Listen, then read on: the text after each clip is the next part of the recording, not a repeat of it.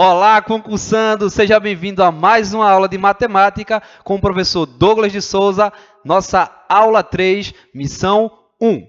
Hoje nós vamos ver na ramificação de função as funções do segundo grau, ou você pode chamar também função polinomial ou do segundo grau, ou então você pode chamar função quadrática, certo? Lembra que a gente já viu função, a gente conceituou, a gente viu os tipos de funções. A gente estudou domínio, imagem, contradomínio, quando é bijetora, injetora sobre ejetora. A gente viu função do primeiro grau, resolvemos uma bateria de exercício e, na sequência, agora, estudar um pouquinho de função quadrática, certo? Nesse momento, a gente espera ver a forma geral da função, o estudo dos coeficientes e como ela se comporta em relação às suas raízes ou aos seus zeros, certo? Então, presta bem atenção. Vamos lá. Função quadrática ou função do segundo grau é toda a expressão polinomial do tipo f de x igual a x ao quadrado mais bx mais c, onde o a precisa ser diferente de zero. Os outros coeficientes não importam. Ok. E aí, você vai ter que essa função, o seu gráfico, vamos começar logo com a definição, o seu gráfico, ele vai ser uma parábola.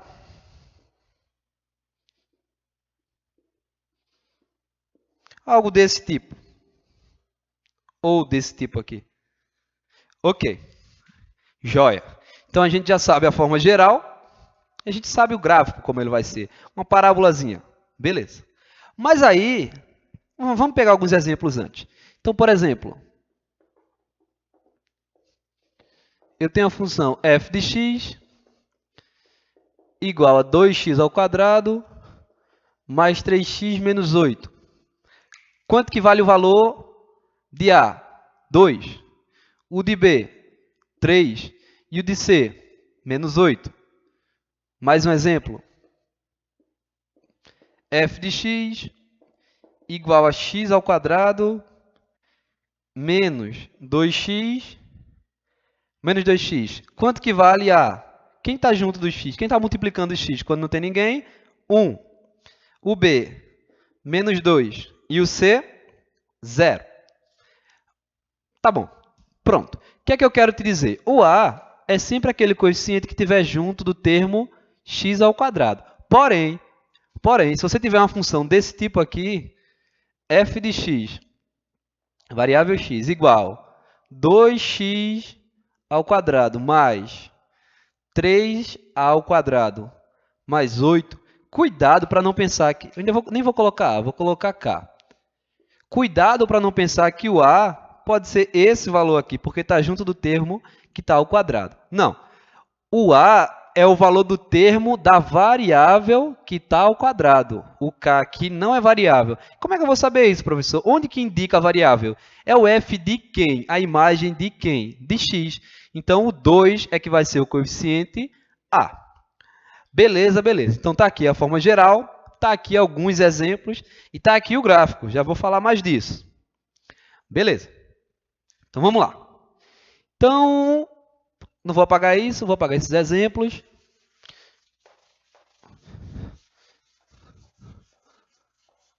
Vamos tentar desenhar essa função. Vou chamar isso aqui logo de estudo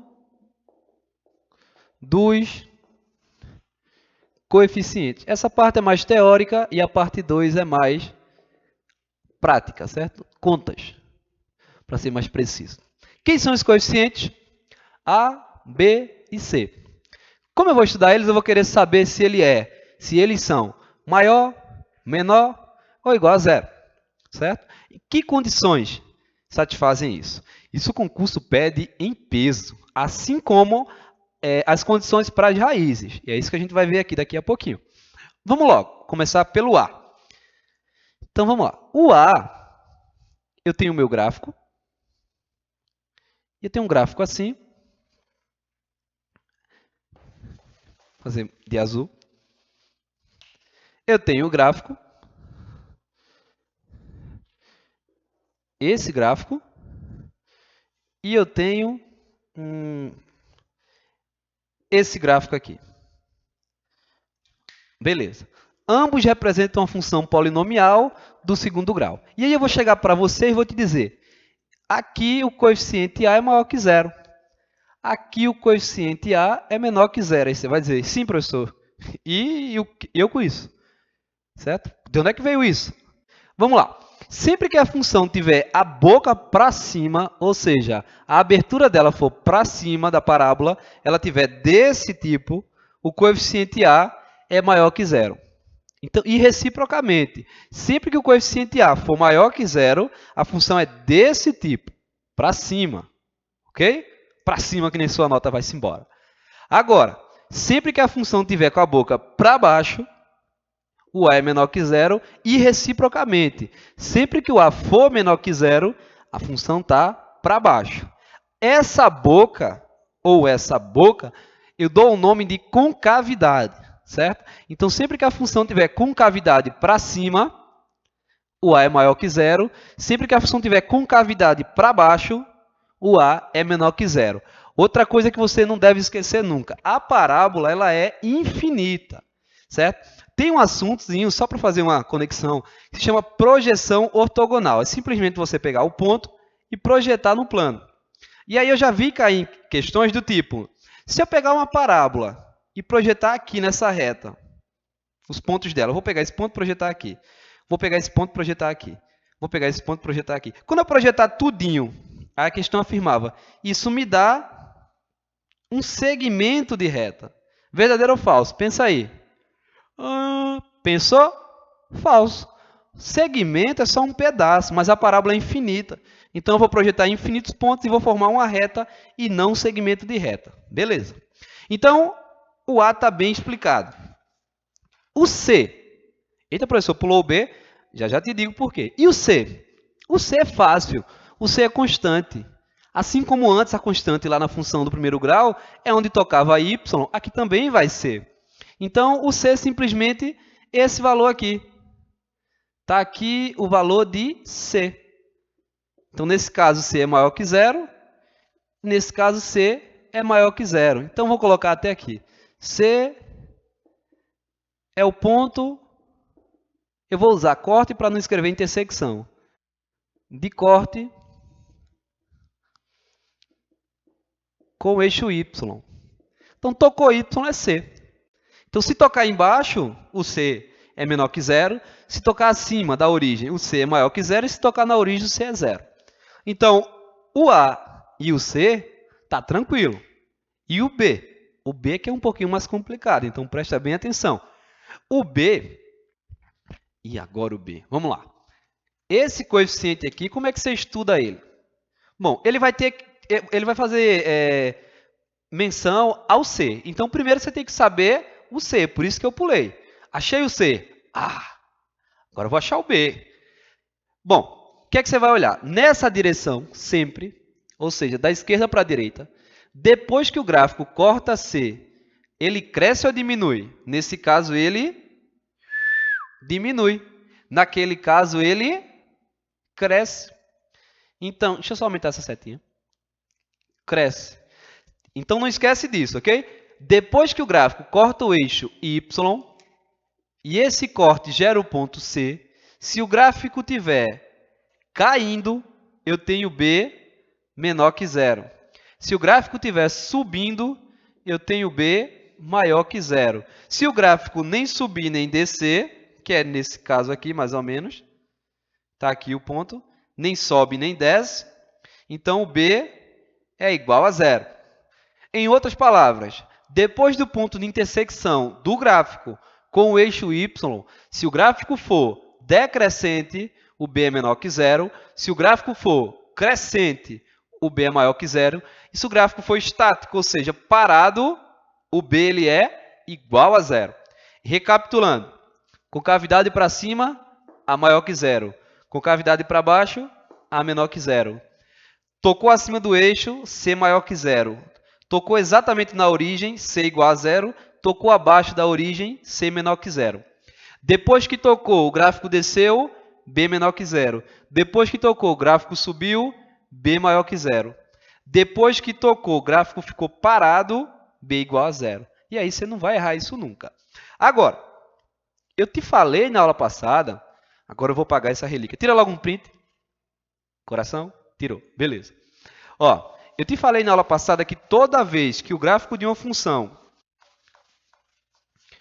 interceptar ou cortar o eixo x, esses pontos de corte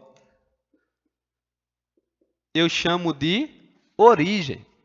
Existe um teorema na álgebra que diz o seguinte: se você tem uma função polinomial do tipo ax elevado a n, bx, n-1, e assim por diante.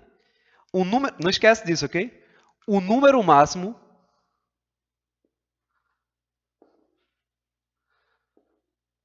de raízes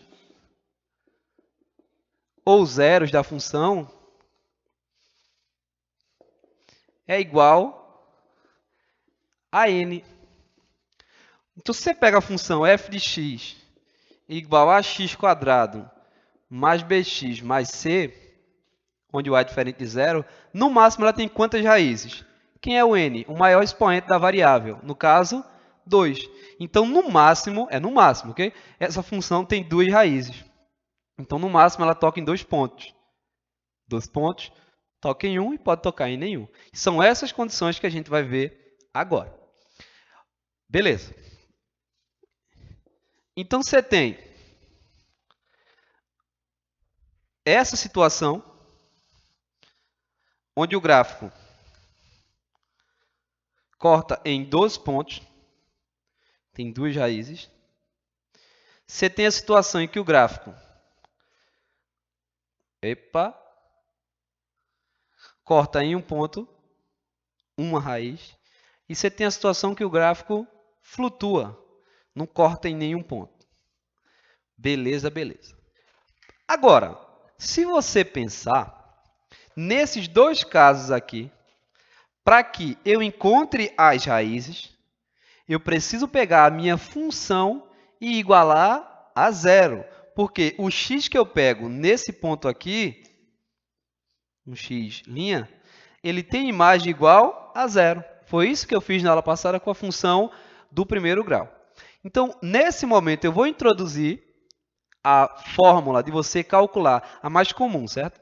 De você calcular as raízes de uma função do segundo grau, mas eu só vou praticar ela mais na missão 2, certo? Eu vou introduzir agora com o intuito de dar as condições para ter 2 raízes, uma raiz ou nenhuma raiz. Não vou praticar muito nesse momento esse método, certo? Mas vamos lá.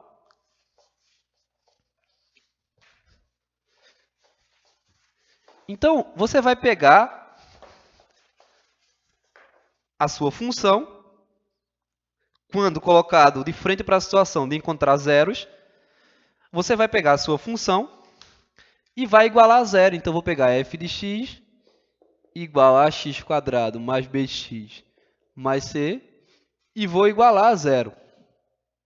Isso aqui irá gerar as minhas, ou a minha, ou nenhuma raiz. Se você pensar agora, pensa no exemplo. F de x sendo x² mais 2x menos 3. Ok. Se eu quiser achar a raiz, como é que eu faço? x² mais 2x menos 3 igual a zero. O que é isso? Uma equação do segundo grau. Como é que resolve isso pelo método mais direto, vamos dizer assim, que você aprende primeiro na sua escola? Bhaskara. E como é que é Bhaskara? Vamos lá? Então, essa resolução ela vem via fórmula de Bhaskara, a mais comum. Existem outras formas, certo? Então, a solução mais comum, que a gente vai usar por enquanto, é via Bhaskara. Que diz o quê? X, são as raízes, é igual a menos b, mais ou menos b² menos 4ac, dividido por 2a. É essa maravilha aí. Não vou praticar isso agora, certo? Não é o objetivo. Onde você chama b² menos 4ac de delta. Delta. E aí é de onde vem aquela fórmula que algumas pessoas escrevem. X igual a menos b, mais ou menos a raiz de delta sobre 2a. É a tão famosa fórmula de Bhaskara, que não é de Bhaskara se você ler a história direitinho. Mas tudo bem. Vamos lá. Então, agora, eu cheguei no ponto que eu queria. Eu quero analisar esse coeficiente aqui. Guarde esse método de resolução. Eu vou voltar ele na próxima aula. Mas eu quero focar nisso aqui. Bom, esse discriminante aqui vai te dizer se tem uma, duas ou nenhuma raiz. Porque pensa comigo, esse discriminante, que é o delta, é igual a b ao quadrado menos 4ac, beleza. Porém, ele está dentro de uma raiz quadrada. E aí você, por exemplo, esse número aqui dentro todinho, pode ser 2? Pode. Raiz de 2? Tem. Não é exata, mas tem. Pode ser 16? Pode. A raiz de 16 é 4. Beleza. Pode ser 0? Pode. Pode ser menos 1? Não pode. Eu não tenho raiz quadrada de número negativo. Então, eu já sei que esse delta ele não pode ser 0. Se ele for 0, a minha conta ela vai estagnar. E aí, eu não vou ter raízes. E aí, meu gráfico não vai interceptar o eixo x. É basicamente isso. Então, vamos lá. Condições. Sobre o delta. As condições sobre o delta são: se o delta for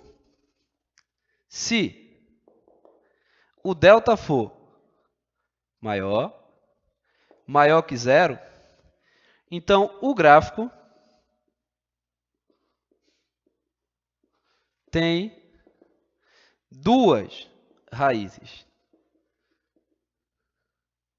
Eu acho que eu escrevi raízes anteriormente com z, certo? Desculpe aí, pessoal. Mas vamos lá. O gráfico tem duas raízes. Beleza.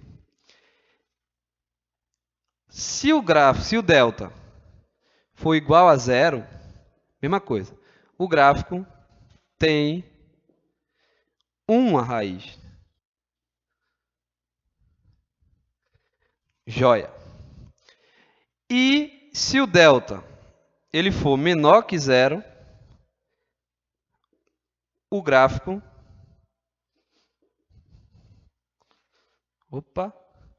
não possui raiz.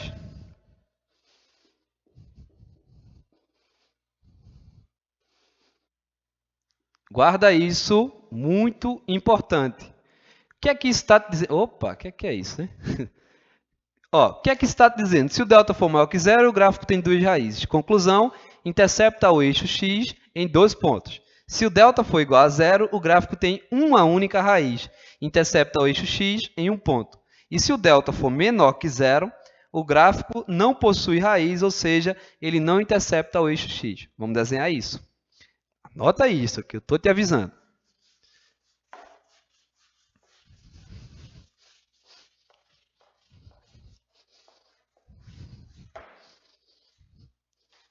Então, vamos lá. Na situação 1, você tem o delta maior que zero, então é mais ou menos algo desse tipo.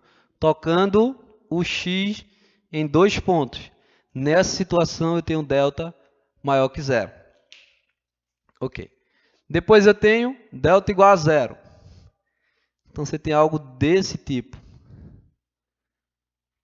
Delta igual a zero. E você tem o delta menor que zero. E aí o gráfico não toca o eixo x. Professor, tem que ser tudo crescente? Não, certo? Qualquer gráfico da parábola. É só para ficar mais bonito visualmente. Bom, vamos fazer um exemplo? Questão de concurso, ok? É assim que ela cai. Dada a função f de x igual a x ao quadrado mais 3x mais 2, eu quero que você me diga se esse gráfico ele intercepta x em 1, 2 ou nenhum ponto. Precisa calcular a raiz? Não precisa.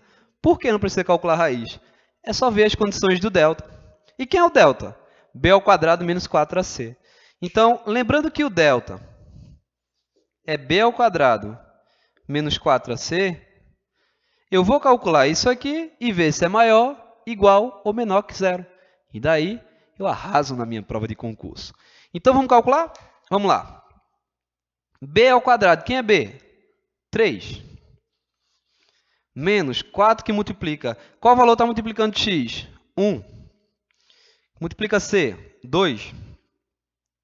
Isso dá delta igual 3 ao quadrado é 9, menos 8, que dá 1. Se o delta é 1, 1 é maior que 0. Se é maior que 0, tem duas raízes. Entendeu, meu amigo? Você vai fechar seu concurso. Fique bem ciente disso. Vai, chicleteiro, vou passar no meu concurso. Ok, rimou, não foi? Eu sei, eu sou muito bom nisso. Bom, e agora para a gente dar o replis, certo? Vamos colocar um exemplo aqui.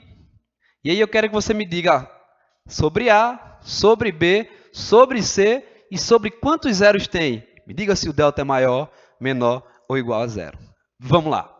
Questão 2. Cai muito isso em concurso. Isso é o letra A. Letra B.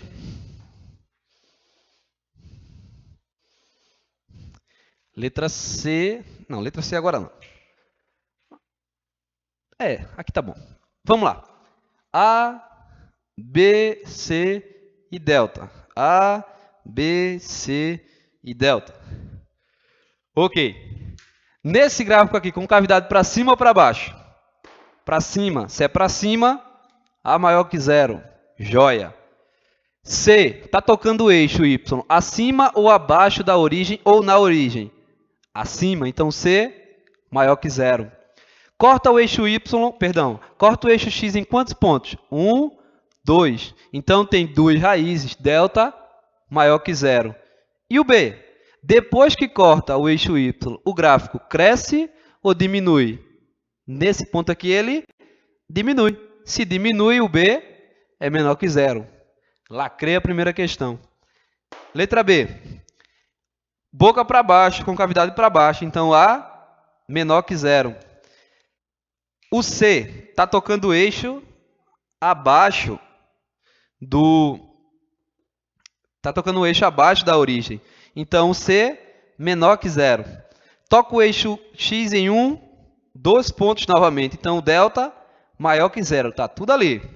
Depois que corta o eixo Y, o gráfico cresce. Então, B maior que 0.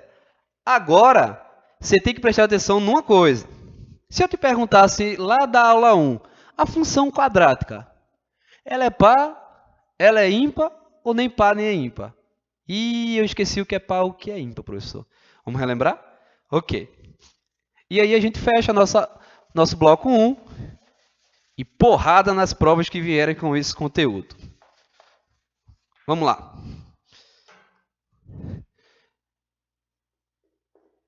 Definição, vou dizer assim. Toda função cujo gráfico